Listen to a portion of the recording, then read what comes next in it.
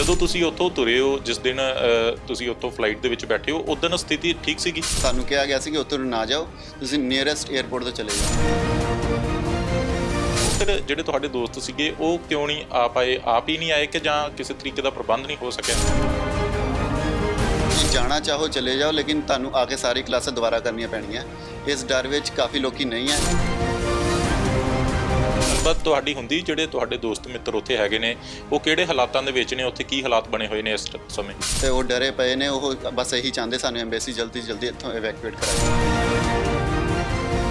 ਮਦਦ ਜਾਂ ਹੈਲਪ ਉਹਨਾਂ ਦੀ ਪ੍ਰੋਪਰ ਤਰੀਕੇ ਨਾਲ ਹੋ ਰਹੀ ਹੈ? ਖਾਣ ਪੀਣ ਦਾ ਸਮਾਨ ਉਹਨਾਂ ਨੂੰ ਜਾਂ ਘਰ ਦੇ ਵਿੱਚ ਗੱਲਬਾਤ ਸਾਰਾ ਪ੍ਰੋਪਰ ਕਰਵਾਇਆ ਜਾ ਰਿਹਾ? ਤੇ ਸਾਰੇ ਆਪਣੇ ਘਰਦਿਆਂ ਨਾਲ ਕਨੈਕਟਡ ਨੇ, ਮੇਰੇ ਨਾਲ ਵੀ ਕਨੈਕਟਡ ਨੇ, ਤੇ ਉੱਥੇ ਉਹਨਾਂ ਨੇ ਖਾਣਾ ਪੀਣਾ ਆਪਣਾ ਪ੍ਰਬੰਧ ਕੀਤਾ, ਲੇਕਿਨ ਹੁਣ ਖਤਮ ਹੋ ਰਿਹਾ ਹੈ। ਤੁਹਾਡੇ ਤੋਂ ਬਾਅਦ ਫਲਾਈਟਸ ਚੱਲੀਆਂ ਨੇ ਕਿ ਜਾਂ ਤੁਹਾਡੇ ਵਾਲੀ ਆਖਰੀ ਸੀਗੀ ਫਲਾਈਟ ਉੱਦਾਂ? ਸਰ ਮੇਰੇ ਤੋਂ ਬਾਅਦ ਇੱਕ ਫਲਾਈਟ 에ਅਰ ਇੰਡੀਆ ਦੀ ਆਈ ਹੈ 22 ਤਰੀਕ ਨੂੰ। ਇਹ ਫਿਰ ਜਿਹੜੇ ਮੁੰਡੇ ਹੁਣ ਫਸੇ ਨੇ, ਇਹ ਪੋਲੈਂਡ ਜਾਂ ਦੂਜੇ ਬਾਰਡਰਾਂ ਤੋਂ ਭਾਰਤ ਮੂਵ ਹੋਣਗੇ? ਦੇਸ਼ ਨੇ ਉਹਨਾਂ ਨੂੰ ਬਸ ਇਹੀ ਕਿਹਾ ਜਾ ਰਿਹਾ, ਤੁਸੀਂ ਨੀਅਰੈਸਟ ਸ਼ੈਲਟਰਸ ਚਲੇ ਜਾਓ। ਤੁਹਾਨੂੰ ਅੰਦਾਜ਼ਾ ਸੀਗਾ ਕਿ ਇਸ ਤਰੀਕੇ ਦੇ ਉੱਥੇ ਹਾਲਾਤ ਬਣ ਸਕਦੇ ਨੇ, ਇਸੇ ਕਾਰਨ ਤੁਸੀਂ ਫਿਰ ਵਾਪਸ ਆ ਗਏ? ਫਿਰ ਜਿੰਨੀ ਜਲਦੀ ਸਾਡੀ ਟਿਕਟ ਹੋ ਗਈ ਮੈਂ ਆ ਗਿਆ। ਰੂਸ ਅਤੇ ਯੂਕਰੇਨ ਵਿਚਾਲੇ ਚੱਲ ਰਹੀ ਜੰਗ ਦੇ ਵਿਚਾਲੇ ਕਈ ਭਾਰਤੀ ਉੱਥੇ ਫਸੇ ਹੋਏ ਨੇ। ਕਈ ਭਾਰਤੀ ਵਾਪਸ ਪਹੁੰਚ ਚੁੱਕੇ ਨੇ, ਕਈ ਅਜੇ ਵੀ ਉੱਥੋਂ ਦੇ ਹਾਲਾਤਾਂ ਦੇ ਨਾਲ ਜੂਝ ਰਹੇ ਨੇ। ਮੇਰੇ ਨਾਲ ਇੱਕ ਨੌਜਵਾਨ ਮੌਜੂਦ ਨੇ, ਰਾਜਨ, ਜੋ ਪਿਛਲੇ ਦਿਨੀ ਹੀ ਯੂਕਰੇਨ ਤੋਂ ਭਾਰਤ ਪਹੁੰਚੇ ਹੋਏ ਨੇ। ਇਸ ਸਮੇਂ ਜਲੰਧਰ ਦੇ ਵਿੱਚ ਅਸੀਂ ਮੌਜੂਦ ਹੈਗੇ ਹਾਂ। ਗੱਲਬਾਤ ਕਰਦੇ ਹਾਂ ਕਿ ਕਿਹੋ ਜਿਹੇ ਉੱਥੇ ਹਾਲਾਤ ਹੈਗੇ ਨੇ ਤੇ ਕਿਸ ਤਰੀਕੇ ਦੇ ਨਾਲ ਉੱਥੋਂ ਭਾਰਤ ਇਹ ਪਹੁੰਚੇ ਨੇ। ਤਾਂ ਰਾਜਨ, ਸਭ ਤੋਂ ਪਹਿਲਾਂ ਤਾਂ ਇਹ ਦੱਸ ਦਿਓ ਕਿ ਕਦੋਂ ਤੁਸੀਂ ਆਏ ਹੋ ਤੇ ਉੱਥੇ ਹਾਲਾਤ ਕਿਸ ਤਰੀਕੇ ਦੇ ਨੇ? ਸਰ ਮੈਂ 21 ਤਰੀਕ ਨੂੰ ਉੱਥੋਂ ਵਾਪਸ ਆਇਆ। ਉੱਥੇ ਇਸ ਵੇਲੇ ਹਾਲਾਤ ਕਾਫੀ ਬੁਰੇ ਚੱਲ ਰਹੇ ਨੇ, ਤੇ ਉੱਥੇ ਸਾਡੀ ਸਿਟੀ 'ਚ ਸਾਨੂੰ ਕਿਹਾ ਗਿਆ ਕਿ ਉੱਥੇ ਬੰਬਾਰੀ ਹੋ ਸਕਦੀ ਹੈ ਹੁਣ। ਤਾਂ ਸਾਨੂੰ ਕਿਹਾ ਗਿਆ ਸਾਇਰਨ ਜਦੋਂ ਵੀ ਵੱਜਣ, ਲੰਬੇ ਸਾਇਰਨ ਵੱਜਣ ਤਾਂ ਤੁਸੀਂ ਸ਼ੈਲਟਰਸ 'ਚ ਚਲੇ ਜਾਓ, ਤੇ ਜਦੋਂ ਵੀ ਛੋਟੇ ਸਾਇਰਨ ਵੱਜਣ ਤੁਸੀਂ ਆਪਣੇ ਘਰ 'ਚ ਚਲੇ ਜਾਓ। ਅੱਛਾ, ਹੁਣ ਤਾਂ ਬਹੁਤ ਸਥਿਤੀ ਨਾਜ਼ੁਕ ਉੱਥੇ ਹੋ ਚੁੱਕੀ ਹੈ, ਜਿਸ ਤਰੀਕੇ ਦੀਆਂ ਤਸਵੀਰਾਂ ਆਈਆਂ। ਜਦੋਂ ਤੁਸੀਂ ਉੱਥੋਂ ਤੁਰੇ ਹੋ, ਜਿਸ ਦਿਨ ਤੁਸੀਂ ਉੱਥੋਂ ਫਲਾਈਟ ਦੇ ਵਿੱਚ ਬੈਠੇ ਹੋ, ਉਦੋਂ ਸਥਿਤੀ ਠੀਕ ਸੀਗੀ? ਸਰ ਜਦੋਂ ਮੈਂ ਤੁਰਿਆ ਉਦੋਂ ਤਾਂ ਸਥਿਤੀ ਨਾਰਮਲ ਸੀਗੀ, ਲੇਕਿਨ ਜਦੋਂ ਅਸੀਂ ਆਏ, ਮੈਂ ਲਵੀਵ 에ਅਰਪੋਰਟ ਤੋਂ ਆਇਆ, ਉੱਥੇ ਠੀਕ ਸੀ, ਲੇਕਿਨ ਕੀ ਵੱਲੋਂ ਜਿਹੜਾ ਸਾਡਾ ਕੈਪੀਟਲ ਹੈ ਉੱਥੇ ਥੋੜੀ ਸਥਿਤੀ ਨਾਜ਼ੁਕ ਹੋਈ ਪਈ ਸੀਗੀ। ਸਾਨੂੰ ਕਿਹਾ ਗਿਆ ਸੀ ਕਿ ਉੱਥੇ ਨਾ ਜਾਓ, ਤੁਸੀਂ ਨੀਅਰੈਸਟ 에ਅਰਪੋਰਟ ਤੋਂ ਚਲੇ ਜਾਓ। ਤਾਂ ਮੈਂ ਨੀਅਰੈਸਟ 에ਅਰਪੋਰਟ ਲਵੀਵ ਤੋਂ ਆਇਆ, ਉੱਥੇ ਥੋੜਾ ਨਾਰਮਲ ਸੀ ਸਥਿਤੀ। ਅੱਛਾ, ਤੁਹਾਡੇ ਨਾਲ ਹੋਰ ਤੁਹਾਡੇ ਦੋਸਤ ਮਿੱਤਰ ਵੀ ਨਾਲ ਹੀ ਆ ਗਏ ਸੀਗੇ ਕਿ ਜਾਂ ਕੁਝ ਉੱਥੇ ਰਹਿੰਦੇ ਨੇ ਅਜੇ? ਸਰ ਮੇਰੇ ਨਾਲ ਥੋੜੇ ਦੋਸਤ ਆ ਗਏ ਸੀ ਮੇਰੇ, ਤੇ ਕਾਫੀ ਜ਼ਿਆਦਾ ਦੋਸਤ ਮੇਰੇ ਉੱਥੇ ਫਸੇ ਪਏ ਨੇ ਹੱਲੇ, ਤੇ ਉਹੀ ਦੇਖ ਰਹੇ ਕਦੋਂ ਵੀ ਸਾਨੂੰ ਐਮਬੈਸੀ ਉੱਥੋਂ ਇਵੈਕੂਏਟ ਕਰਾਏਗੀ। ਅੱਛਾ, ਉਹ ਫਿਰ ਜਿਹੜੇ ਤੁਹਾਡੇ ਦੋਸਤ ਸੀਗੇ ਉਹ ਕਿਉਂ ਨਹੀਂ ਆ ਪਾਏ? ਆਪ ਹੀ ਨਹੀਂ ਆਏ ਕਿ ਜਾਂ ਕਿਸੇ ਤਰੀਕੇ ਦਾ ਪ੍ਰਬੰਧ ਨਹੀਂ ਹੋ ਸਕਿਆ? ਸਰ ਉਹਨਾਂ ਨੂੰ ਸਾਡੀ ਯੂਨੀਵਰਸਿਟੀ ਨੇ ਇਹ ਕਿਹਾ ਸੀ, ਸਾਨੂੰ ਸਾਰਿਆਂ ਨੂੰ ਇਹੀ ਕਿਹਾ ਸੀਗਾ ਕਿ ਤੁਹਾਨੂੰ ਅਸੀਂ ਆਫਲਾਈਨ ਪੜ੍ਹਾਵਾਂਗੇ, ਇੱਥੇ ਕੰਡੀਸ਼ਨ ਨਾਰਮਲ ਹੈ, ਤੁਸੀਂ ਜੇ ਜਾਣਾ ਚਾਹੋ ਚਲੇ ਜਾਓ, ਲੇਕਿਨ ਤੁਹਾਨੂੰ ਆ ਕੇ ਸਾਰੀ ਕਲਾਸਾਂ ਦੁਬਾਰਾ ਕਰਨੀਆਂ ਪੈਣੀਆਂ। ਇਸ ਡਰ ਵਿੱਚ ਕਾਫੀ ਲੋਕੀ ਨਹੀਂ ਆਏ ਤੇ ਕਾਫੀ ਲੋਕੀ ਆ ਗਏ ਨੇ। ਅੱਛਾ, ਪਰ ਤੁਹਾਨੂੰ ਅੰਦਾਜ਼ਾ ਸੀਗਾ ਕਿ ਇਸ ਤਰੀਕੇ ਦੇ ਉੱਥੇ ਹਾਲਾਤ ਬਣ ਸਕਦੇ ਨੇ, ਇਸੇ ਕਾਰਨ ਤੁਸੀਂ ਫਿਰ ਵਾਪਸ ਆ ਗਏ? ਸਰ ਅੰਦਾਜ਼ਾ ਵੀ ਸੀਗਾ, ਤੇ ਫੈਮਿਲੀ ਨੂੰ ਟੈਨਸ਼ਨ ਹੋਈ ਪਈ ਸੀ। ਉਹਨਾਂ ਨੇ ਸਾਨੂੰ ਇਹ ਕਿਹਾ ਕਿ ਜਿੰਨੀ ਜਲਦੀ ਤੁਸੀਂ ਆ ਸਕਦੇ ਆ ਜਾਓ, ਤੇ ਅਸੀਂ ਫਿਰ ਜਿੰਨੀ ਜਲਦੀ ਸਾਡੀ ਟਿਕਟ ਹੋ ਗਈ ਮੈਂ ਆ ਗਿਆ ਇੱਥੇ। ਅੱਛਾ, ਹੁਣ ਗੱਲਬਾਤ ਤੁਹਾਡੀ ਹੁੰਦੀ, ਜਿਹੜੇ ਤੁਹਾਡੇ ਦੋਸਤ ਮਿੱਤਰ ਉੱਥੇ ਹੈਗੇ ਨੇ, ਉਹ ਕਿਹੜੇ ਹਾਲਾਤਾਂ ਦੇ ਵਿੱਚ ਨੇ? ਉੱਥੇ ਕੀ ਹਾਲਾਤ ਬਣੇ ਹੋਏ ਨੇ ਇਸ ਸਮੇਂ? ਸਰ ਉਹ ਸਾਰੇ ਮੇਰੇ ਦੋਸਤ ਡਰੇ ਪਏ, ਡੇਲੀ ਮੇਰੀ ਮੈਸੇਜ ਤੇ ਗੱਲ ਹੋ ਰਹੀ ਉਹਨਾਂ ਨਾਲ, ਤਾਂ ਉਹਨਾਂ ਨੂੰ ਬਸ ਇਹੀ ਕਹਿੰਦੇ ਰਹਿੰਦੇ ਤੁਸੀਂ ਸ਼ੈਲਟਰਸ ਚਲੇ ਜਾਓ, ਇੱਥੇ ਬੰਬਾਰੀ ਹੋ ਸਕਦੀ ਹੈ, ਤੇ ਉਹ ਡਰੇ ਪਏ ਨੇ। ਉਹ ਬਸ ਇਹੀ ਚਾਹੁੰਦੇ ਸਾਨੂੰ ਐਮਬੈਸੀ ਜਲਦੀ ਜਲਦੀ ਇੱਥੋਂ ਇਵੈਕੂਏਟ ਕਰਾਏ। ਅੱਛਾ, ਕਿਹੜੀ ਜਗ੍ਹਾ ਹੈਗੇ ਨੇ ਉਹ? Sir Ternopil national medical university, Ternopil city.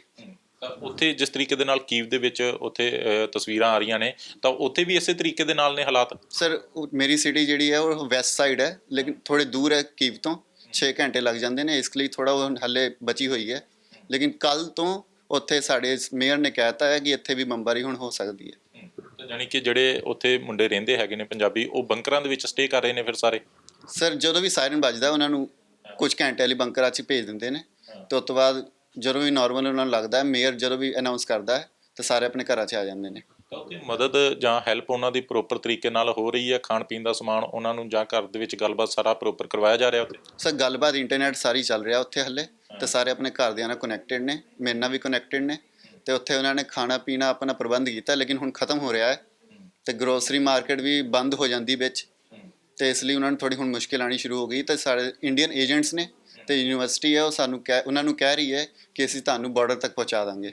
ਅੱਛਾ, ਇੱਥੋਂ ਵੀ ਭਾਰਤ 'ਚੋਂ ਵੀ ਪੰਜਾਬ 'ਚੋਂ ਵੀ ਹੈਲਪਲਾਈਨ ਨੰਬਰ ਜਿਹੜੇ ਨੇ ਉਹ ਜਾਰੀ ਕਰ ਦਿੱਤੇ ਗਏ ਨੇ, ਪਰ ਤੁਸੀਂ ਤਾਂ ਉੱਥੇ ਰਹਿ ਕੇ ਆਏ ਹੋ।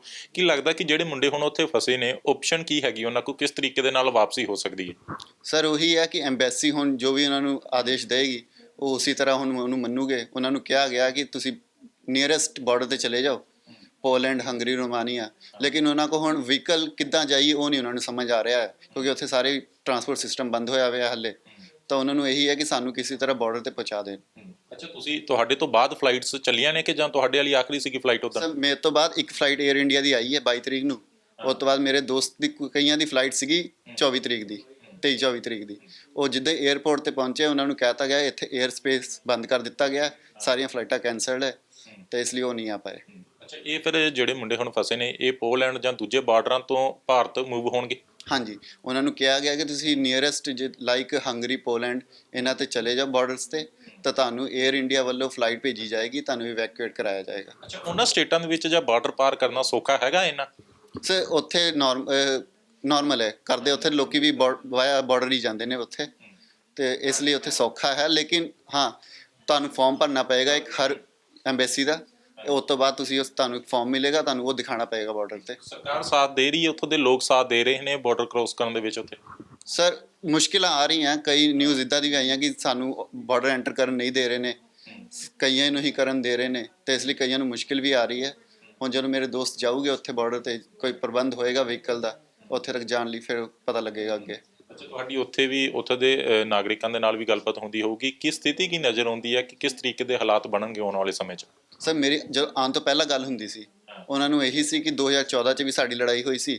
ਉਸ ਤੋਂ ਬਾਅਦ ਹਰ ਸਾਲ ਸਾਨੂੰ ਇਹੀ ਕਿਹਾ ਜਾ ਰਿਹਾ ਕਿ ਇੱਥੇ ਲੜਾਈ ਹੋਏਗੀ, ਲੇਕਿਨ ਹੁੰਦੀ ਨਹੀਂ। ਉਹਨਾਂ ਨੂੰ ਵੀ ਇਹੀ ਸੀ ਕਿ ਲੜਾਈ ਨਹੀਂ ਹੋਏਗੀ, ਲੇਕਿਨ ਯਕਦਮ ਹੀ ਲੜਾਈ ਸ਼ੁਰੂ ਹੋ ਗਈ ਹੈ, ਤਾਂ ਉਹ ਵੀ ਹੁਣ ਡਰੇ ਹੋਏ ਨੇ ਕਿ ਕੀ ਹੁੰਦਾ, ਅੱਗੇ ਦੇਖਦੇ ਹਾਂ। ਅੱਛਾ, ਕੈਜੂਅਲਟੀਜ਼ ਵੀ ਬਹੁਤ ਉੱਥੇ ਹੌਲੀ ਹੌਲੀ ਹੋ ਰਹੀਆਂ ਨੇ, ਖਬਰਾਂ ਇਹ ਸਾਹਮਣੇ ਆ ਰਹੀਆਂ ਨੇ, ਤਾਂ ਜਿਹੜੇ ਇੰਡੀਅਨਸ ਜਾਂ ਪੰਜਾਬੀ ਹੈਗੇ ਨੇ ਉਹ ਥੋੜ੍ਹੇ ਸੇਫ ਹੈਗੇ ਨੇ ਅਜੇ? ਸੇਫ ਨੇ, ਉਹਨਾਂ ਨੂੰ ਬਸ ਇਹੀ ਕਿਹਾ ਜਾ ਰਿਹਾ ਤੁਸੀਂ ਨੀਅਰੈਸਟ ਸ਼ੈਲਟਰਸ 'ਚ ਚਲੇ ਜਾਓ। ਅੱਛਾ, ਜਿਹੜੇ ਬੰਕਰ ਬਣਾਏ ਹੋਏ ਨੇ ਇਹ ਪਹਿਲਾਂ ਤੋਂ ਕਾਫੀ ਸਮੇਂ ਤੋਂ ਬਣਾਏ ਹੋਏ ਨੇ, ਕਿਉਂਕਿ ਇਹ ਯੂਕਰੇਨ ਨੂੰ ਅੰਦਾਜ਼ਾ ਸੀਗਾ ਪਹਿਲਾਂ ਹੀ ਕਿ ਸ਼ਾਇਦ ਇਸ ਤਰੀਕੇ ਦਾ ਜਦੋਂ ਹੋਏਗਾ ਇੱਥੇ ਸ਼ੈਲਟਰ ਪਲੇਸ ਜਿਹੜੀ ਆ ਉਹ ਵੱਖ-ਵੱਖ ਜਗ੍ਹਾ ਤੇ ਲਾਗੇ ਬਣੀਆਂ ਹੋਈਆਂ ਨੇ? ਸਰ ਉੱਥੇ ਬਿਲਡਿੰਗਾਂ ਇਸ ਤਰ੍ਹਾਂ ਦੀਆਂ ਨਾ ਕਿ ਹਰ ਬਿਲਡਿੰਗ ਦੇ ਨੀਚੇ ਅੰਡਰਗਰਾਊਂਡ ਉਹਨਾਂ ਨੂੰ ਇੱਕ ਬਣਾਉਣਾ ਪੈਂਦਾ ਹੈ, ਤਾਂ ਉਹਨਾਂ ਨੇ ਸ਼ੈਲਟਰ 'ਚ ਕਨਵਰਟ ਕਰਤਾ ਹੈ। ਤੇ ਜਿੱਥੇ ਨਹੀਂ ਹੈ ਉੱਥੇ ਨੀਅਰੈਸਟ ਮੈਟਰੋ ਸਟੇਸ਼ਨ ਤੇ ਅੰਡਰਗਰਾਊਂਡ ਕਾਰ ਪਾਰਕਿੰਗ ਉੱਥੇ ਰਹਿਣ ਨੂੰ ਕਿਹਾ ਗਿਆ ਹੈ। ਤਾਂ ਇਹ ਜਿਹੜੇ ਬੰਕਰ ਬਣੇ ਨੇ, ਸ਼ੈਲਟਰ ਪਲੇਸ ਜਿਹੜੇ ਹੈਗੇ ਨੇ, ਬਿਲਕੁਲ ਸੇਫ ਨੇ? ਹਾਂਜੀ ਸਰ, ਬੌਂਬਿੰਗ ਲਈ ਹੀ ਬਣਾਏ ਗਏ ਨੇ ਉਹ, ਤੇ ਉੱਥੋਂ ਸੇਫ ਰੱਖਦੇ ਹੋ। ਅੱਛਾ, ਯੂਕਰੇਨ ਦੇ ਵਿੱਚ ਬਹੁਤ ਸਾਰੇ ਪੰਜਾਬੀ ਮੁੰਡੇ ਹੈਗੇ ਨੇ, ਖਾਸ ਕਾਰਨ ਕੀ ਸਮਝਦੇ ਹੋ ਤੁਸੀਂ? ਜਿੱਦਾਂ ਤੁਸੀਂ ਵੀ ਗਏ ਉੱਥੇ, ਕਿਹੜੇ ਕਾਰਨ ਸਟੱਡੀ ਲਈ ਉੱਥੇ ਪੜ੍ਹਾਈ ਸਸਤੀ ਹੈਗੀ ਇਸ ਕਾਰਨ ਜਾਂਦੇ ਨੇ, ਕਿ ਜਾਂ ਕਮਾਈ ਦੇ ਪੱਖੋਂ ਉੱਥੇ ਜਾਂਦੇ ਨੌਜਵਾਨ? ਸੋ ਉੱਥੇ ਤਾਂ ਮੇਨਲੀ MBBS ਕਰਨ ਹੀ ਜਾਂਦੇ ਬੱਚੇ, ਕਿਉਂਕਿ ਇੱਥੋਂ ਪੜ੍ਹਾਈ ਸਸਤੀ ਹੈ ਤੇ ਇੱਥੇ ਸੀਟਾਂ ਘੱਟ ਹੈ ਮੈਡੀਕਲ ਦੀਆਂ, ਤੇ ਇੱਥੇ ਜਿਹਨਾਂ ਨੂੰ ਨਹੀਂ ਮਿਲਦੀ ਹੈ, ਜਿਹੜਾ MBBS ਨੂੰ ਪਰਸਿਊ ਕਰਨਾ ਚਾਹੁੰਦੇ ਨੇ, ਤਾਂ ਉਹ ਉੱਥੇ ਚਲੇ ਜਾਂਦੇ ਨੇ। ਅੱਛਾ, ਤੁਹਾਨੂੰ ਕਿੰਨਾ ਸਮਾਂ ਹੋ ਗਿਆ ਸੀਗਾ ਇੱਥੋਂ ਗਿਆ ਨੂੰ? ਸਰ ਮੇਰੇ 4 ਸਾਲ ਤੋਂ ਉੱਪਰ ਹੋ ਗਏ ਨੇ, ਮੈਂ 2018 'ਚ ਗਿਆ ਸੀਗਾ, ਤਾਂ ਹੁਣ ਮੇਰਾ 4.5 ਸਾਲ ਹੋ ਗਿਆ ਉੱਥੇ। ਅੱਛਾ, 4 ਸਾਲ ਬਾਅਦ ਹੀ ਆਏ ਕਿ ਜਾਂ ਪਹਿਲਾਂ ਵੀ ਆਉਂਦੇ ਜਾਂਦੇ ਸੀਗੇ? ਮੈਂ ਪਹਿਲਾਂ 1-2 ਵਾਰੀ ਆ ਚੁੱਕਿਆ ਹਾਂ। ਤਾਂ ਇਹ ਹੁਣ ਫਿਰ ਜਿਸ ਤਰੀਕੇ ਦੇ ਨਾਲ ਪੜ੍ਹਾਈ ਤੁਹਾਡੀ ਛੁੱਟ ਗਈ ਹੈ, ਇਹ ਹੁਣ ਲੱਗਦਾ ਕਿ ਅੱਗੇ ਕੰਟੀਨਿਊ ਹੋਊਗੀ ਕਿ ਜਾਂ ਹੁਣ ਖਤਮ ਹੈ ਇੱਥੇ ਪੜ੍ਹਾਈ? ਸੋ ਯੂਨੀਵਰਸਿਟੀ ਵਾਲਿਆਂ ਨੇ ਤਾਂ ਇਹੀ ਕਿਹਾ ਤੁਹਾਡੀ ਅੱਗੇ ਜਿੱਦਾਂ ਹੀ ਸਟੇਬਲ ਹੋਏਗੀ ਕੰਡੀਸ਼ਨ ਇੱਥੇ, ਤੁਹਾਨੂੰ ਅਸੀਂ ਬੁਲਾ ਲਾਂਗੇ, ਤੁਹਾਡੀ ਪੜ੍ਹਾਈ ਅੱਗੇ ਕੰਟੀਨਿਊ ਕਰ ਦਾਂਗੇ। ਲੱਗਦਾ ਕਿ ਜਿਸ ਤਰੀਕੇ ਦੇ ਹਾਲਾਤ ਨੇ ਕਿ ਇੰਨੀ ਜਲਦੀ ਇਹ ਸਿਚੁਏਸ਼ਨ ਉੱਥੇ ਠੀਕ ਹੋ ਜੂਗੀ ਹੁਣ? ਸੋ ਹੁਣ ਕਹਿ ਨਹੀਂ ਸਕਦੇ ਕੁਝ, ਬਸ ਐਮਬੈਸੀ ਤੇ ਯੂਨੀਵਰਸਿਟੀ ਉੱਪਰ ਹੀ ਹੈ ਹੁਣ ਸਭ ਕੁਝ। ਅੱਛਾ, ਜਿੱਦਣ ਤੁਸੀਂ ਆਏ ਹੋ ਉਦਣ ਵਾਕਈ ਦੌੜ ਲੱਗੀ ਹੋਈ ਸੀਗੀ ਨੌਜਵਾਨਾਂ ਦੀ ਵਾਪਸ ਆਉਣ ਦੀ, ਕਿ ਜਾਂ ਉਦਣ ਲੋਕ ਇੰਨਾ ਸੀਰੀਅਸ ਨਹੀਂ ਸੀ ਲੈ ਰਹੇ ਇਸ ਚੀਜ਼ ਨੂੰ? ਨਹੀਂ ਸਰ, ਆ ਰਹੇ ਸੀ ਲੋਕੀ, ਇਹ ਹੈ ਕਿ ਡਾਇਰੈਕਟ ਫਲਾਈਟਾਂ ਨਹੀਂ ਸੀਗੀਆਂ।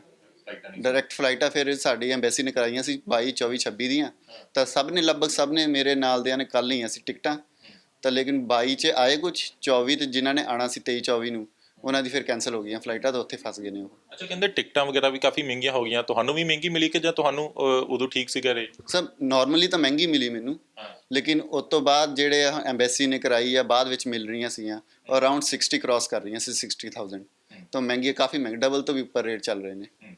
ਅੱਛਾ, ਆਖਰੀ ਸਵਾਲ ਹੈ ਮੇਰਾ, ਤੁਸੀਂ ਤਾਂ ਉੱਥੋਂ ਦੇ ਹਾਲਾਤਾਂ ਉੱਥੋਂ ਦੀ ਸਥਿਤੀ ਨੂੰ ਜਾਣਦੇ ਹੋ, ਲੱਗਦਾ ਕਿ ਜਲਦੀ ਜਿਹੜੇ ਪੰਜਾਬੀ ਮੁੰਡੇ ਫਸੇ ਨੇ ਉਹ ਆਸਾਨੀ ਦੇ ਨਾਲ ਨਿਕਲ ਆਉਣਗੇ ਬਾਹਰ?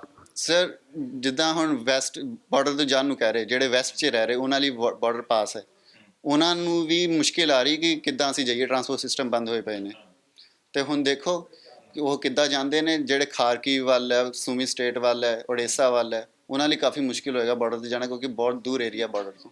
ਭਾਰਤ ਇਹਦੇ ਵਿੱਚ ਤੁਹਾਨੂੰ ਲੱਗਦਾ ਕਿ ਕਿਸੇ ਤਰੀਕੇ ਦੇ ਨਾਲ ਉੱਥੇ ਮਦਦ ਕਰ ਸਕਦਾ ਕਿ ਜਾਂ ਇਹਨਾਂ ਦੇ ਵੀ ਹੱਥ ਖੜੇ ਨੇ ਕਿ ਇਹ ਉਸ ਤਰੀਕੇ ਦੇ ਨਾਲ ਮਦਦ ਨਹੀਂ ਕਰ ਸਕਦੇ?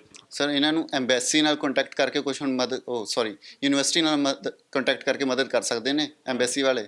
ਬਾਕੀ ਦੇਖੋ ਸਾਡੇ ਜਿਹੜੇ ਇੱਥੇ ਏਜੰਟ ਹੁੰਦੇ ਹਰ ਯੂਨੀਵਰਸਿਟੀ ਦੇ ਇੰਡੀਅਨ, ਉਹ ਵੀ ਕਹਿ ਰਹੇ ਕਿ ਅਸੀਂ ਤੁਹਾਡੀ ਮਦਦ ਕਰਾਂਗੇ, ਜਿੱਦਾਂ ਹੀ ਤੁਹਾਨੂੰ ਐਮਬੈਸੀ ਵਾਲੇ ਕਹਿਣਗੇ ਅਸੀਂ ਤੁਹਾਨੂੰ ਪਹੁੰਚਾ ਦਾਂਗੇ ਬਾਰਡਰ ਤੱਕ। ਠੀਕ ਹੈ ਰਾਜਨ, ਧੰਨਵਾਦ ਗੱਲਬਾਤ ਕਰਨ ਦੇ ਲਈ। ਸੋ ਇਹ ਰਾਜਨ ਨੇ, ਜਲੰਧਰ ਦੇ ਰਹਿਣ ਵਾਲੇ ਨੇ। ਇੱਥੇ ਤਾਂ 4 ਸਾਲ ਪਹਿਲਾਂ ਯੂਕਰੇਨ ਦੇ ਵਿੱਚ ਗਏ ਸੀਗੇ MBBS ਦੀ ਪੜ੍ਹਾਈ ਕਰਨ ਦੇ ਲਈ, ਪਰ ਉੱਥੇ ਜਿਸ ਤਰੀਕੇ ਦੇ ਹੁਣ ਹਾਲਾਤ ਬਣੇ ਹੋਏ ਨੇ, ਯੁੱਧ ਛਿੜਿਆ ਹੋਇਆ ਉੱਥੇ, ਤਾਂ ਉਹਨਾਂ ਹਾਲਾਤਾਂ ਨੂੰ ਦੇਖਦੇ ਹੋਏ ਇਹ ਵਾਪਸ ਭਾਰਤ ਪਰਤ ਆਏ ਨੇ। ਪਰ ਕੁਝ ਇਹਨਾਂ ਦੇ ਸਾਥੀ ਉੱਥੇ ਫਸੇ ਹੋਏ ਨੇ। ਕੋਸ਼ਿਸ਼ ਕੀਤੀ ਜਾ ਰਹੀ ਹੈ ਕਿ ਬਾਰਡਰਾਂ ਦੇ ਜਰੀਏ ਜਿਹੜਾ ਯੂਕਰੇਨ ਤੋਂ ਦੂਜੇ ਬਾਰਡਰ ਹੋ ਰਹੇ ਨੇ ਪਾਰ ਪੋਲੈਂਡ ਵਾਲੀ ਸਾਈਡ ਤੋਂ, ਉਹਨਾਂ ਨੂੰ ਭਾਰਤ ਲਿਆਉਣ ਦੀ ਕੋਸ਼ਿਸ਼ ਕੀਤੀ ਜਾਵੇਗੀ। ਪਰ ਹਾਲਾਤ ਜ਼ਰੂਰ ਤਣਾਅਪੂਰਨ ਹੈਗੇ ਨੇ, ਡਰਾਉਣੇ ਹੈਗੇ ਨੇ। ਮਾਂ-ਬਾਪ ਇੱਥੇ ਚਿੰਤਤ ਦਿਖਾਈ ਦੇ ਰਹੇ ਨੇ, ਪਰ ਆਸ ਇਹੀ ਕੀਤੀ ਜਾ ਰਹੀ ਹੈ ਕਿ ਜਲਦ ਤੋਂ ਜਲਦ ਜਿਹੜੇ ਫਸੇ ਮੁੰਡੇ ਨੇ ਉਹ ਵੀ ਭਾਰਤ ਵਾਪਸ ਲਿਆਂਦੇ ਜਾਣ। ਕੈਮਰਾਮੈਨ ਅਭੀ ਦੇ ਨਾਲ ਮਨਪ੍ਰੀਤ ਸਿੰਘ ਕਾਲੋਂ, TV ਪੰਜਾਬ, ਜਲੰਧਰ। ਜੀ ਮੈਂ ਨਿਰਮਲ ਮਾਨ, ਪੂਰਾ ਟੈਕਸਟਾਈਲ ਤੋਂ। ਇਹ ਤੁਸੀਂ ਵੀਡੀਓ ਦੇਖ ਰਹੇ ਸੀ TV ਪੰਜਾਬ ਦੇ ਉੱਤੇ। ਇਹੋ ਜਿਹੇ ਹੋਰ ਜਾਣਕਾਰੀ ਭਰਪੂਰ ਵੀਡੀਓ ਦੇਖਣ ਵਾਸਤੇ TV ਪੰਜਾਬ ਦੇ ਚੈਨਲ ਨੂੰ ਸਬਸਕ੍ਰਾਈਬ ਕਰੋ ਤੇ ਨਾਲ ਹੇਠ ਦਿੱਤੇ ਹੋਏ ਬੈਲ ਆਈਕਨ ਦੇ ਬਟਨ ਦਬਾਓ। ਸਤਿ ਸ਼੍ਰੀ ਅਕਾਲ।